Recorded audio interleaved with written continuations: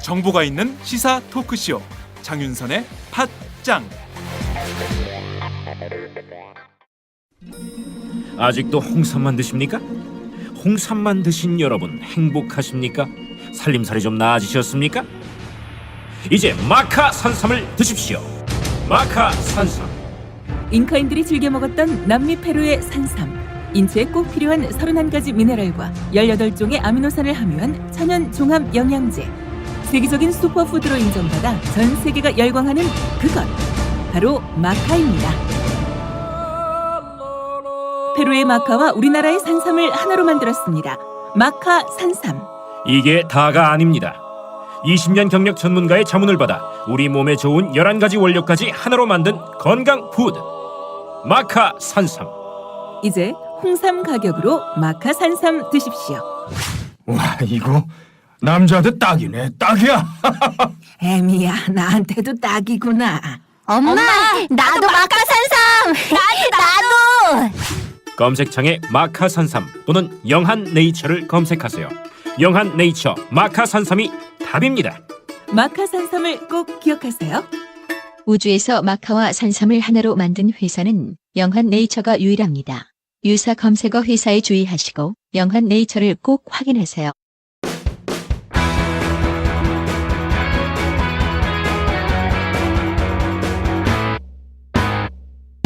색깔 있는 인터뷰. 4.29 재보선이 한 달도 채 남지 않았습니다. 여야 후보들은 물론 여야 지도부까지 재보선 지역을 누비며 지지를 호소하고 있는데요. 그런데 지난 30일 정동영 국민모임 인재영입위원장이 서울 관악을 출마를 선언하면서 이 재보선 선거판이 그야말로 요동치고 있습니다. 특히 새정치민주연합이 비상인데요. 새정치연합은 정 위원장의 출마를 철새정치라고 강하게 비판하고 있습니다. 과연 정 위원장은 어떤 생각으로 출마를 하게 됐고 자신을 향한 비판에 대해 어떤 입장을 가지고 있을까요? 4.29 재보선 서울 관악을에 출마한 정동영 국민모임 인재영입위원장과 말씀 나눠보겠습니다. 위원장님 안녕하세요. 예, 안녕하세요. 반갑습니다. 네, 정 위원장님이 요즘 뉴스의 중심에 서 있다고 해도 과언이 아닌데요. 네, 먼저 이번에 서울 관악을에 출마하게 된 이유부터 말씀해 주시죠. 예, 사실 저는 출마할 생각이 없었습니다. 애시당초. 네. 그리고 정말 결심하는 과정에서 고통스러웠습니다. 지난 일요일 날이죠. 월요일 새벽이네요. 월요일 새벽 네네. 4시쯤 정말 엎드려 기도하면서 결심했습니다. 그러니까 제가 뭐가 되느냐 안 되느냐 이건 내려놓자. 네. 여기서 한번 몸을 불살라보자. 여기서 정면 승부를 해보자. 나를 던지겠다. 이런 생각을 갖고 결심을 붙인 거죠. 네. 말씀하신 대로 이번 재보궐선거에 출마하지 않겠다는 뜻을 여러 차례 밝혀오셨는데 예. 그래도 입장을 바꾼 가장 큰 계기 이게 있었을 것 같습니다. 솔직히 말씀드리면 이제 그날이 네. 3월 29일이 국민모임 창당 발기인 대회였는데요. 네. 예. 많은 생각을 했습니다. 문 닫은 폐공장, 영등포 물레동에 있는 거기서 하자고 주장한 사람이 저였습니다. 발기인 대회를. 네. 왜 그러냐? 뭔가 좀 메시지를 전하고 싶었어요.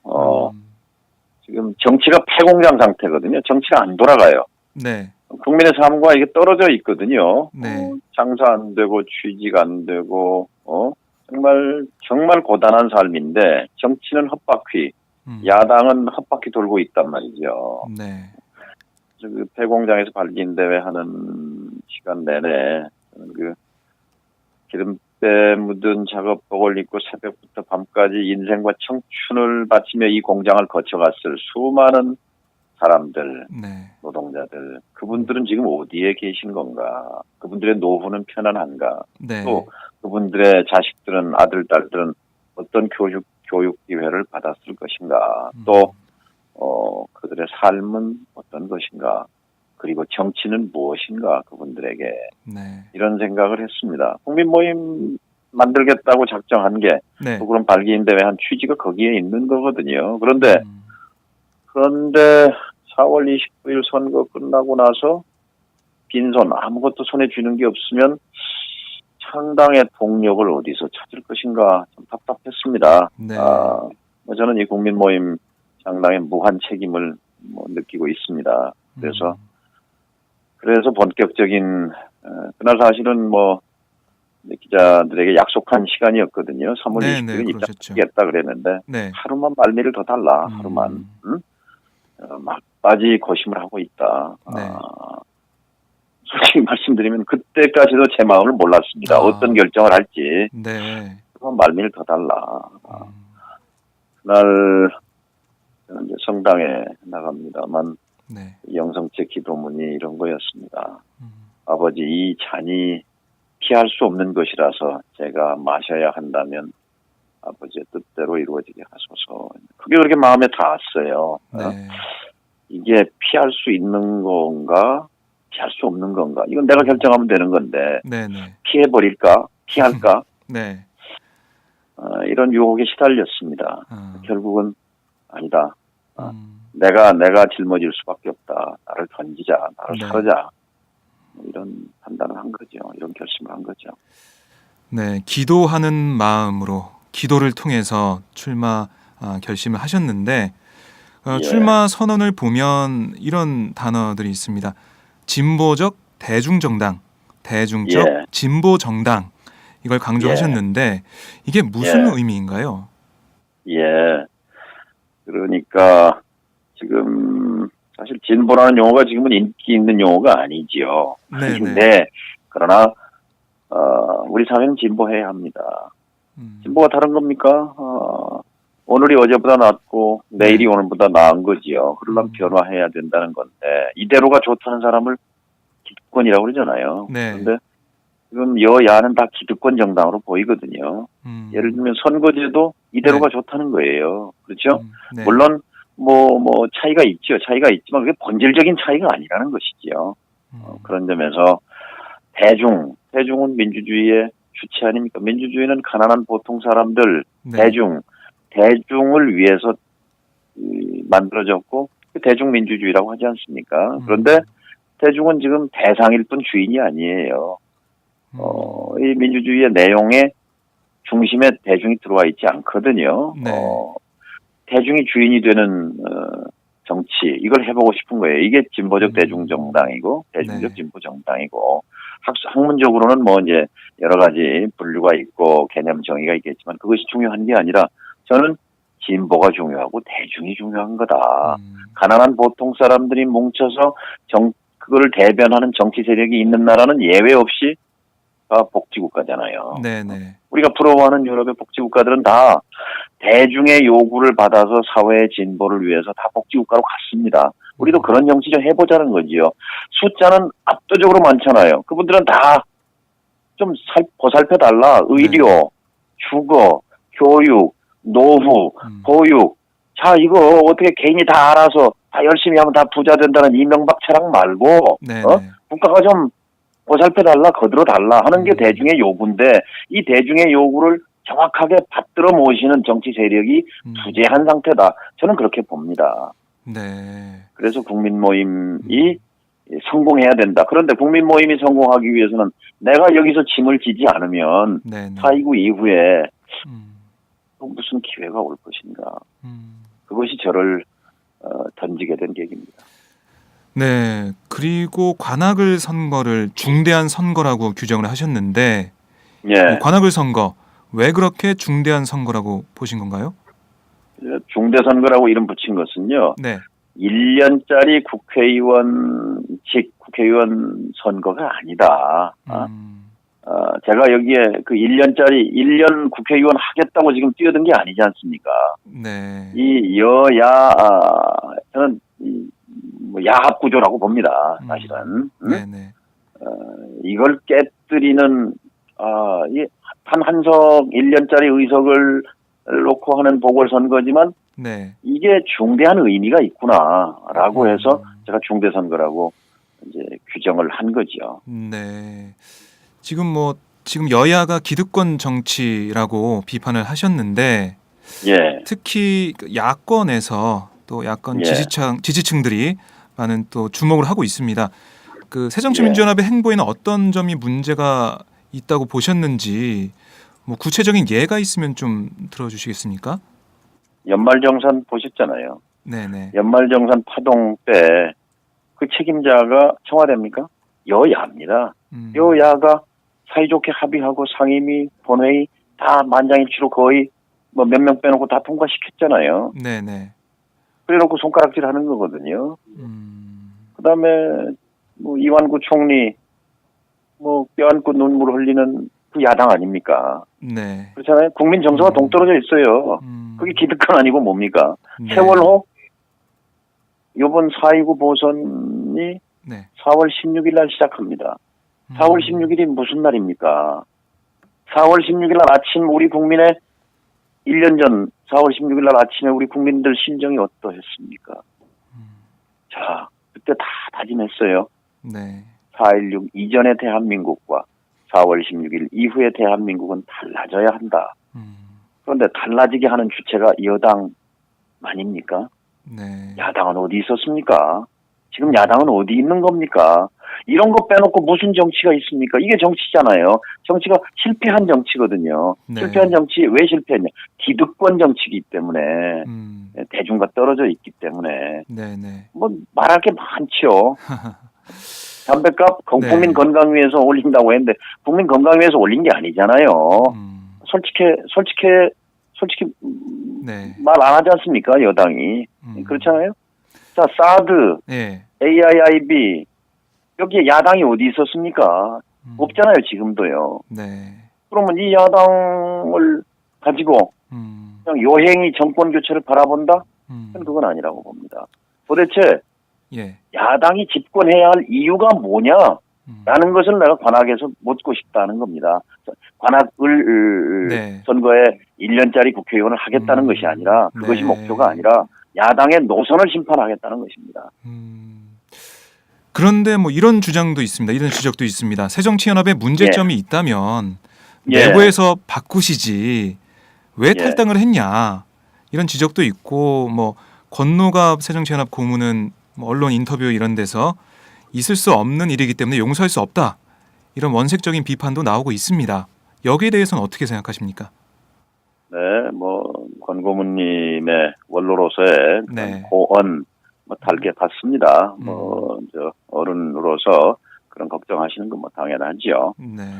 내부에서 바꾸지 그러느냐? 네네. 아니 제가 지난 몇 년 동안 내부에서 얼마나 치열하게 싸우고 바꾸기 위해서 했는지는 아는 분들은 아십니다. 네. 2010년에 제가 공개적인 반성문까지 제출하면서 한진으로, 밀양으로, 쌍용으로, 용산으로, 평택으로. 자, 왜 여기 야당이 왜 없느냐? 정치라는 게 그렇게 여의도에서 밥 먹는 게 정치가 아니지 않느냐? 네. 자, 고공에 올라간 크레인 위에 올라간 김진숙 씨를 내려오게 하는 것이 정치 아니냐? 정리해고 문제에 대해서 정면으로 맞짱을 서서 전선을 형성해야 하는 게 야당의 역할 아니냐? 네. 그러려면 야당이 루스벨트 민주당으로 가야 된다. 야당이 뉴딜 민주당으로 가야 된다. 진보적 민주당으로 거듭 태어나야 한다고 정말 목이 터지라고 외쳐왔습니다. 또 네. 성과도 있었잖아요. 성과가 뭐냐? 2010년 10월 3일 전당대회에서 당헌 2조를 고쳤습니다. 요 몇십 년 동안 민주당의 목적 조항입니다. 네. 민주주의, 인권, 평화가 목적이었습니다. 여기에 내가 당헌 개정안을 발의해서 민주당의 목적, 민주주의, 인권, 평화, 그리고 보편적 복지를 목적으로 한다. 이게 만장일치로 채택됐습니다. 네. 이것은 굉장히 의미 있는 겁니다. 민주당이 네. 진보 정당들의 당원에 들어가 있던 보편적 복지를 보수 야당에서 출발했던 민주당의 당헌에 박아넣었다는 것. 네. 그것만큼 결정적인 전환이 당의 변화가 어디 있습니까? 거기에 따라서 네. 강령도 바뀌었습니다.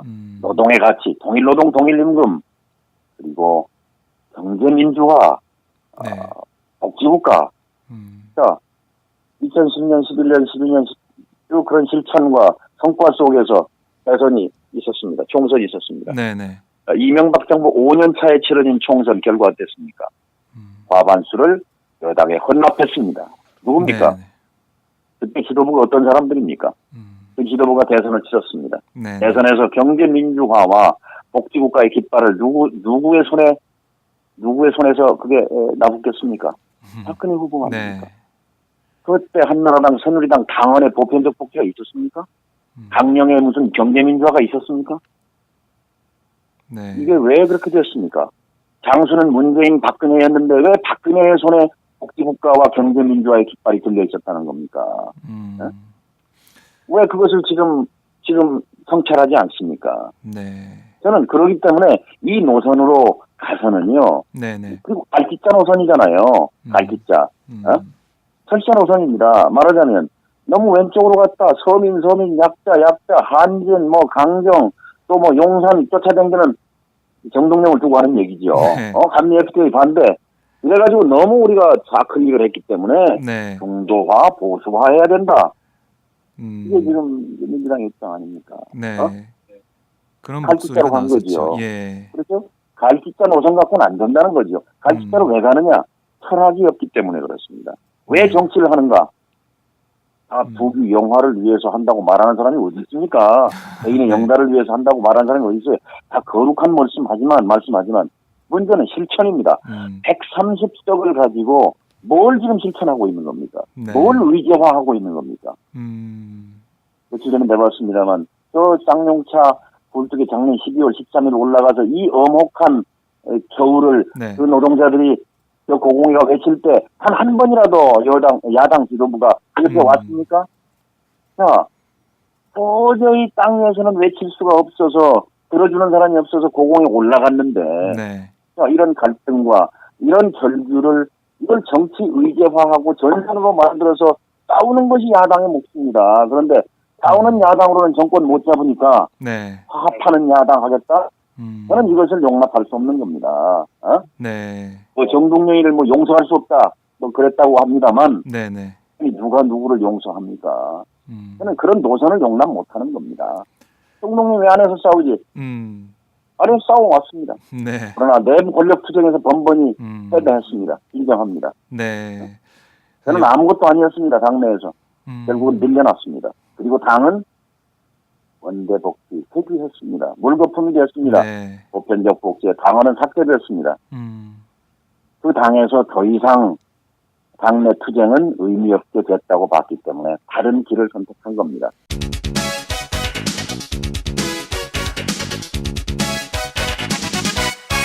장윤선의 팟짱. 네, 잘 알겠습니다. 그런데 이번 재보선 출마하시면서 네. 야권 분열이다, 새누리당에 어부지리를 줄 수 있다라는 비판도 나오고 있습니다. 네. 야권 분열 비판과 관련해서 어제 그 위원장님께서 기자간담회에서 문재인 네. 문재인 대표는 나한테 할 말이 없다. 본인이 더 잘 알 것이다라고 말씀하기도 하셨었는데요. 예. 이 말뜻도 궁금하고요. 예. 문재인 대표가 정 위원장님께 무슨 잘못을 했는지 이것도 좀 묻고 싶습니다. 네. 이제 민주당에서 절부로 철새, 네, 야권 분열 얘기, 이건 이제 제 출마를 겨냥해서 하는 거죠. 네네. 제가 출마하지 않았으면 참 편안했을 텐데, 네. 괴로운 건 이해를 합니다. 그런데, 문재인 대표가 제 출마에 대해서는, 네. 할 말이 없는 부분들이 있습니다. 본인이 잘 알고요. 근데 이제 아직 선거가 시작 안 됐으니까 내가 선거 시작하면, 네. 문 대표가 나한테는 할 말이 없다고 한 내용이 뭔지를 얘기하겠다고 이제 그렇게 네네. 한 건데요. 관악에서 어부지리는 없습니다. 왜 없느냐? 네. 관악을의 유권자들이 저는 거기 서울대학교가 있어서가 아니라 정말 정의로운 유권자고 또 서울의 민주주의를 대표하는 보장이라고 생각합니다. 네. 그 증거가 뭐냐면요. 한 사람을 뽑는 소선거구제가 1988년에 시작됐는데 27년 동안 네. 13대, 14대, 15대, 16대, 17대, 18대, 19대 7번 선거에서요. 네네. 보수 여권, 보수 여당 후보가 35%를 넘은 적이 없더라고요. 35%를. 네. 그게 저지선입니다. 그러면 65%의 야권 지지자가 있는데 네. 아무리 많은 야당 후보가 나와도 누가 야권의 대표 주자냐? 네. 그 사람이 늘 승리해 왔다고 봅니다. 그래서 어부질이라는 건 이제 새누리당을 말하는 것인데 네. 새누리당이 승리하는 경우는 없을 것이다. 저는 그렇게 생각합니다. 네. 뭐 아까도 새정치연합에 대한 비판적인 말씀을 해주셨는데 문재인 예. 대표 체제의 새정치연합 이제 50여일이 됐습니다. 문 대표의 경제 행보. 잠깐만요. 거기 네. 아까 네. 어부질이 말씀하신 거 하나 추가해 말씀드린다면 네. 또 7번에서 35%를 못 벗어났다고 했는데 이번에는 뒤집어질 수가 있었어요. 왜냐하면 네. 그동안 선거관리위원회가 수차례 선거관리위원회에 네. 신고한 공개 여론조사 이렇게 보면은 새누리 후보가 이 줄기차게 1등을 제가 출마하기 안 한 상태였죠. 예. 그래서 이게 흔들릴 수도 있었습니다. 그 얘기만 하나 더. 네. 알겠습니다. 예. 아까 뭐 새정치연합에 대한 당에 대한 비판적인 말씀도 좀 해주셨는데 예. 문재인 대표 체제의 새정치연합 이제 50여일이 됐습니다. 문 대표의 경제 행보, 안보 행보가 두드러지는 것 같은데요. 문 대표는 마늘과 쑥만 먹었다는 표현까지 하며 혁신을 강조하고 있습니다. 문재인 대표 체제 어떻게 평가하십니까? 혁신해야죠. 그런데 네. 이 야당은 지금 의석이 한두 석이 아니잖아요. 몇 석이 아니고 130석입니다. 거의 네. 절반 가까운 의석을 갖고 있는데요. 성과를 만들어내야죠. 성과를. 그리고 연말정산 같은 그런 이 실수를 하면 안 됩니다. 또 담배값 인상이나 기초연금이나 세월호 특별법이나 실수 연반이잖아요. 네. 실수가 아니라 그건 철학의 부재에서 나온 건데 그런 걸 되돌아볼 필요가 있습니다. 그리고 네. 마늘과 쑥 먹고 지금 토굴 속에 들어있을 때가 아니죠. 대중의 삶이 있는 광장으로 나와야죠. 네. 고통받고 눈물 흘린 사람이 있으면 그 옆에 달려가야 합니다. 네. 지금 이 태평 상태가 아니잖아요. 지금 대한민국은 어떤 세상입니까? 불평등 세상입니다. 네. 양극화 세상입니다. 비정규직이 860만 전체 임금 근로자의 절반입니다. 네. 실질적인 청년 실업자가 200만 명이 넘습니다. 그리고 하루에 40명이 평균 생활전선에서 패배해서 네. 스스로 목숨을 끊습니다. 매일 5명이 공사장에서 설악사하고 있습니다. 네. 이 참담한 현실을 후호로는 안 되잖아요. 네. 그러면 이걸 의제로 만들어야죠. 전선을 만들어야죠. 그렇게 생각합니다. 그래도 뭐 새정치연합에서는 을지로위원회도 있고 여러 가지 방법으로 서민들의 눈물을 닦아주기 위해서 노력하고 있다. 이런 반론도 있을 것 같은데 그리고 거대 여당에 막혀서 제대로 일을 할 수 없는 상황이다. 뭐 이런 얘기는 또 계속 나왔었고요. 거기에 대해서는 어떻게 생각하십니까? 을지로위원회 평가합니다. 그런데요. 네. 야당은 리더와 리더십이 결정적입니다. 을지로위원회에 맡길 것이 아니라 네. 대표가 직접 을지로위원회를 꿰차고 네. 본인이 직접 이걸 끌고 성과를 만들어야 합니다. 네. 김대중 야당 시절에 김대중 총재가 야당을 이끌 때 60석, 70석 네. 이런 정도였어요. 지금 절반도 안 되죠. 그런데 지방자치 거대 여당이 있는데 네. 어떻게 지방자치를 관철합니까? 네. 그렇잖아요. 네. 당시에 세법 개정 이런 거 다 야당이 투쟁해서 네. 중산층과 서민에게 유리한 야당 주장들 폈습니다. 그런데 130석이나 못한다고 말하면 131석 주면 하는 겁니까? 132석 되면 하는 겁니까? 네. 못하잖아요. 이런 자세로는요. 내년 총선에서 어떻게 과반수합니까? 네. 안 되죠. 솔직히 제가 좀 아픈 얘기를 하면 지금 야당 의원들은 아무리 못해도 내년에 100석 이상은 할 거고 네. 다음 공천만 받으면 뭐 이런 생각하고 있는 것 아닌가 하는 그런 국민적 시각도 있다는 것을 네. 알아주시기 바랍니다. 아까 뭐 리더십 얘기가 나와서 한 말씀 더 여쭤보면 문재인 대표는 취임하고 나서 첫 일정으로 이승만 박정희 전 대통령 묘소를 참배하면서 어떻게 보면은 중도까지 지지층을 확대하고 보수층까지 끌어안겠다. 이런 어떻게 보면은 새정치민주연합의 지지율을 높이는 그쪽으로 전략을 짜고 있는 것 같은데 여기에 대해서 어떻게 생각하십니까? 제가 네. 저 같았으면 네. 저는 평택에 갔을 겁니다. 이창근 정리해고자 노동정리해고 노동자가 찬바람에 떨고 있는 네. 2월 8일이면 추웠죠. 거기 갔어야죠. 누가 대표합니까? 그리고 장그래당 이 땅에 얼마나 많은 장그래가 많습니까? 네. 장그래당이 돼야 되는 거죠. 야당이. 저는 그런 네. 전 대권 행보라고 봅니다. 이승만 박정희 묘속하는 거. 네. 그러니까 다 때가 있는 거죠. 때가. 과연 그게 그 때인가. 네. 그런 생각을 달리합니다. 알겠습니다. 새정치민주연합 얘기, 문재인 대표 얘기를 나눠봤는데 박근혜 정권에 대한 평가도 좀 듣고 싶습니다.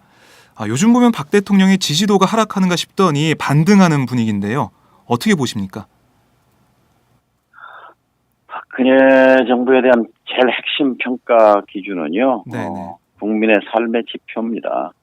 과연 국민들이 소득이 올라가는가, 네. 행복도가 올라갔는가, 자살률이 줄어들고 있는가, 뭐 이런 것들이지요. 그런데 그러지 않지 않습니까? 국민 GDP가 올라갔다는 거예요. 뭐냐? 네. 환율 때문에 1달러에 1,100원 하던 게 1,090원 하면 국민 소득은 그만큼 올라가잖아요. 190%. 네. 그런 착시 효과인데요. 이제 국민들이 GDP니 그런 거시 지표 믿지 않습니다. 네. 내 삶. 아침에 일어나서 하루 동안 춥게 일하는데 네. 앞이 안 보이잖아요. 내 노후가 든든하다고 지금 생각하는 분이 얼마나 있을까요? 네. 자, 박근혜 정부가 탄생하게 된, 또 이명박 정부가 탄생하게 된 배경에 저의 책임이 있기 때문에 참 네. 뼈 아픕니다. 많이 아픈데요. 우리 사회는 계속 불평등이 심화되고 재벌 중심 경제 체제가 강화되고 네. 노동은 계속 배제되고 사회는 황폐화되고 거기에 대한 책임을 뼈저리게 느낍니다. 네. 이 시대 최고의 개혁은 정권 교체입니다. 정권을 바꿔야 합니다. 그런데 정권을 바꾸려면 이 정권을 들어 올리려면 네. 지렛대가 필요하잖아요. 우리가 힘이 모자라니까 지렛대의 원리를 이용해서 들어 올려야 되는데 그 강한 그 지렛대의 받침대가 필요합니다. 받침돌. 강한 받침돌. 야당이죠. 네. 근데 야당이 지금 부실합니다. 그래서 국민 모임이라도 만들어야 네. 되겠다고 하는 것입니다. 야당을 강화해야 정권 교체 전망을 열 수 있다고 생각합니다. 네. 그러니까 야당부터 바뀌어야 정권 교체를 할 수 있다. 이렇게 보고 계신데 다시 한번 관악을 지역구 선거로 돌아와서요. 최근 여론조사를 봤을 때 1대1 구도가 되지 않으면 야당 후보가 이기기 쉽지 않을 것 같습니다. 혹시 다른 야당 후보와의 단일화 고려하고 계신가요? 진보 정당들과의 지금 그 대화 틀이 있죠. 그래서 네. 제가 그리고 나서 출마 밝히고 나서 정의당의 지도부에도 천호선 대표, 심상정 대표, 네네. 노회찬 의원님에게도 전화했고요. 네. 또 뭐라고 하시던가요? 전화. 이제 인사 전화드린 거죠. 네. 이게 돼서 그쪽에 또 후보가 나와 있으니까 예의죠. 네네. 좀 열심히 하고 있는데 이제 좀 미안하기도 하고요. 그래서 인사를 드린 거고 노동당의 나경채 대표에게도 전화를 했습니다. 문자로도 남겨놓고 네. 앞으로 대화를 좀 해야 되겠죠. 앞으로 그건 또 상황을 더 봐야 되겠다. 네, 그런 말씀이신데요. 문재인 대표는 후보 단일화 가능성을 일축한 상태입니다. 그런데 다른 야당들이 단일화를 한다고 해도 최소 2명의 야권 후보가 경쟁하게 될 텐데 어떻게 보십니까? 이런 구도가 된다고 해도 이길 수 있는 가능성이 있는지 좀 미지수인 것 같은데요. 7번 선거에서 보수 여당 후보가 35%를 넘지 못했다. 뭐 그 구조가 지속된다면 네. 그러니까 이쪽에 야권 대표 주자에게 몰아주면 쏠림이 이루어지면 네. 35% 이상을 얻는 후보가 나오게 되면 후지리를 주지 않을 수 있겠죠. 그래서 제가 네. 야권 대표 주자가 되기 위해서 지금 최선을 다할 생각입니다. 그러니까 새정치연합 후보가 있어도 야권 예. 대표 주자가 되면 새누리당 지지율은 35% 정도니까 충분히 승산이 있다. 이렇게 예. 보시는군요. 관악을 네. 유권자들에게는 무조건 정해져 있다고 본다면, 가정한다면, 새누리당이 본다면 과연 새정치연합을 선택할 것이냐. 그것은 네. 현재 구조를 그대로 가지고 가는 거죠. 130석이 131석이 되는 거고. 그렇지 네네. 않고 파란을 일으키겠냐. 음. 정동영을 선택함으로써 이거는 이 정동영이 나왔는데도 불구하고 새누리당이 떨어지는 거니까 새누리당의 심판이죠. 박근혜 네. 정권에 대한 심판이 되고 또 동시에 야당도 정신 차려라. 네. 당신들 뭐 하는 거냐 하는 그런 지금 현재 정치에 대한 불신을 야당에 대한 경고를 통해서 표출하는 게 되겠죠. 그리고 또 한 가지 위원장님의 출마가 광주 예. 서구을 선거에까지 영향을 미칠 거라는 관측이 나오고 있는데요. 혹시 뭐 천정배 무소속 후보와 어떤 식으로든 연대하는 모습을 보여줄 생각이 있으신가요? 근데 이제 현실적으로 네네. 어려움이 있죠. 큰 틀에서는 같이 갑니다. 그러니까 현재 여야 거대 정당의 기득권 구조를 깨서 네. 선거 과정에서 아마 천 후보도 그런 얘기를 하게 될 거고 저도 이 선거제도 바꿔야 됩니다. 네. 정말 주권자는 국민인데 주권자의 의사대로 국회가 구성되지 않고 지금 거품이 두 당에 잔뜩 끼어 있거든요. 이거는 네네. 이제 이게 사실은 유권자들이 정치를 외면하는 근본 뿌리입니다. 뿌리의 네. 원인이거든요. 내가 던진 한 표는 어쨌든 나의 목소리를 대표하는 사람이 대의민주주의 국회에 간다라고 해야 투표할 맛이 있는 건데 네. 의미가 있는 건데 투표해봤자 다 사표가 되더라. 사실 대한민국은 유권자가 4천만인데요. 2천만이 투표 안 해요. 네. 2천만 명이 투표하는데 그중에 1등짜리가 되는데 1등이 대개 절반 50% 미만이거든요. 그러면 한 1,000만 명을 대표하는 사람이 300명 국회를 구성합니다. 네. 그리고 투표하지 않은 2천만, 그다음에 2등이나 3등에게 투표한 그 1,000만, 이 3천만 명을 대표하는 목소리는 국회에 없는 거예요. 지금 제도가 이런 제도거든요. 네, 이 그렇죠. 이 제도를 가능한 한 4천만 명 거의 대부분의 목소리를 담아내는 국회로 바꾸는 네. 그런 제도, 이런 이제 의제 등등에서 큰 틀에서 네. 같이 하게 됩니다. 그리고 또 광주의 일당 체제를 깬다든지 여야 네. 양당 과점 구조, 네. 복점 구조를 깬다든지 이런 틀을 같이 하지만 즉 무소속이고 네. 그런 이제 국민 모임이고 국민 모임은 지금 진보 정당들과 연대하려 하고 있고 뭐 이런 차이가 좀 있는 거죠. 네. 어떻게 보면 큰 틀에서 보면은 의제는 같이 간다. 이렇게 저희가 네. 볼 수도 있겠네요. 예. 그리고 관악을 출마하실 때 출마 전후로 해서 혹시 새정치민주연합 쪽 인사나 아니면 문재인 대표라도 혹시 전화나 아니면 연락을 하신 적이 있는지 그쪽에서 연락이 온 게 있는지 그것도 좀 궁금합니다. 새벽 4시에야 네네. 열심히 했다고 했는데 뭐 네. 예, 좋습니다. 알겠습니다. 앞으로 선거 운동 하실 텐데 어떤 예. 방식으로 진행하실지 궁금한데요. 지명도는 높으시지만 후발 주자라 지역 주민들의 마음을 예. 얻기는 쉽지 않을 수도 있을 것 같습니다. 어떻게 보십니까? 제가 연고가 뭐 있냐 이렇게 말하는데요. 네. 글쎄요, 생각해보니까 제 젊은 시절에 인생에 대한 고민을 거기서 했더라고요. 학교 다니면서 네네. 대학생 시절에 그런 현실에 대한 고민, 나의 인생에 대한 고민, 그리고 공교롭게 네. 지금 아내를 거기서 만났습니다. 그래서 제 인생의 꿈을 네. 시작한 곳이고, 그리고 정치인으로서 저의 포부를 관악에서 펴보고 싶습니다. 제가 가진 이 생각들을 가장 잘 네. 아마 받아줄 분들이 관악 분들이라고 생각합니다.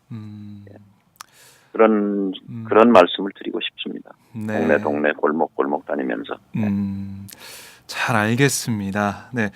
마지막으로 팟짱 애청자 여러분께 한 말씀 부탁드리겠는데요. 지금 원래 예. 장윤선의 팟짱, 장윤선 기자가 진행을 해야 되는데 지금 예. 건강상의 이유로 2달 동안 마이크를 내려놓게 됐습니다.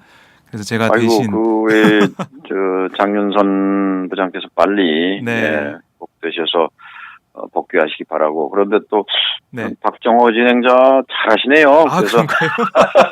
네, 고맙습니다. 그리고 애청자 여러분께 마지막으로 한 예. 말씀 해주시죠. 일부러 장윤선의 팟짱을 들으시는 분들, 그분들의 꿈과 저의 꿈이 일치한다고 생각합니다. 자, 사람이 사람답게, 인간이 인간 대접받는 그런 세상에 살고 싶잖아요. 또 그게 불가능한 꿈이냐면 되거든요. 그런데 이 꿈을 현실로 만드는 거는 정치입니다. 네. 정치 말고는 방법이 없어요. 근데 저는 이제 정치인은 도구라고 생각하는데요. 저라는 도구를 써서 듣고 계신 우리 팟짱의 네. 우리 청취자분들과 함께 그 꿈을 현실로 좀 만들어보고 싶습니다. 다른 나라들은 다 하는데 왜 우리 못 하겠습니까? 네. 뭐 쉽게 얘기하면 안으로는 복지국가로 갑시다. 그리고 바깥으로는 평화체제로 갑시다. 그건 우리가 결심하면 정치를 바꿔내면 복지국가와 평화체제 만들 수 있습니다. 저는 제 정치에 제 남은 무슨 에너지가 있다면, 정치 에너지가 있다면 여기에 네. 모든 걸 쏟아넣을 생각입니다. 네, 오늘 말씀 정말 잘 들었습니다. 네, 그럼 또 다음에 예. 또 인사드리도록 하겠습니다. 네, 좋은 시간 주셔서 너무 감사합니다. 네, 고맙습니다. 예, 고맙습니다. 네, 예. 지금까지 정동영 국민모임 인재영입위원장과 말씀 나눠봤습니다. 안녕하세요. 장윤선의 팟짱 애청자 여러분. 저는 김병기입니다. 전에는 편집국장이었는데요. 지금은 10만인 클럽 회원이자 본부장 맡고 있습니다. 그런데 10만인 클럽이 뭐지? 이렇게 궁금해하시는 분들 많으실 겁니다. 오마이뉴스에 자발적으로 구독료를 내는 시민들의 모임입니다. 지금 매월 후원해주시는 분이 몇 명이죠? 8,000명이요. 아, 그럼 앞으로 몇 명을 모아야 합니까? 10만 명이요. 아, 참, 갈 길이 멉니다. 그런데 조중동 구독자는 많게는 100만. 이래서 진보 언론 살아남을 수 있을까요? 아, 10만인 클럽 후원으로 만들어지는 팟짱 응원하고 싶으시다고요? 지금 전화주세요.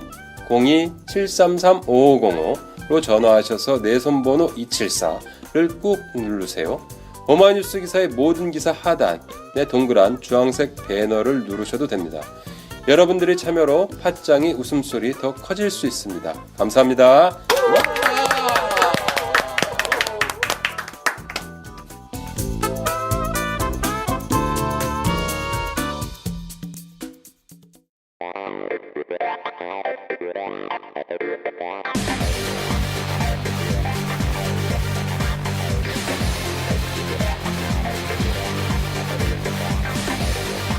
정보가 있는 시사 토크쇼 장윤선의 팟짱.